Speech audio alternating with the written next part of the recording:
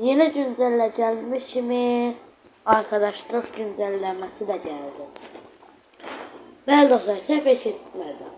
Arkadaşlık güncellemesi de yeni Damian karakteriyle birlikte geldi. Bu arada Brawl Stars Plus seçilişimiz var. Katılmak aşağıya ID'nizi yazabilirsiniz. ID'nizi yazabilirsiniz. Deməli nə gəldi dostlar?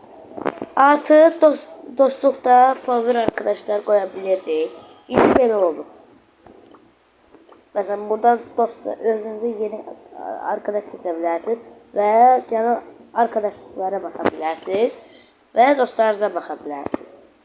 Burada ise ben istesem benim 40 kodumla birlikte ben 40 kodla birlikte seçebilirsiniz.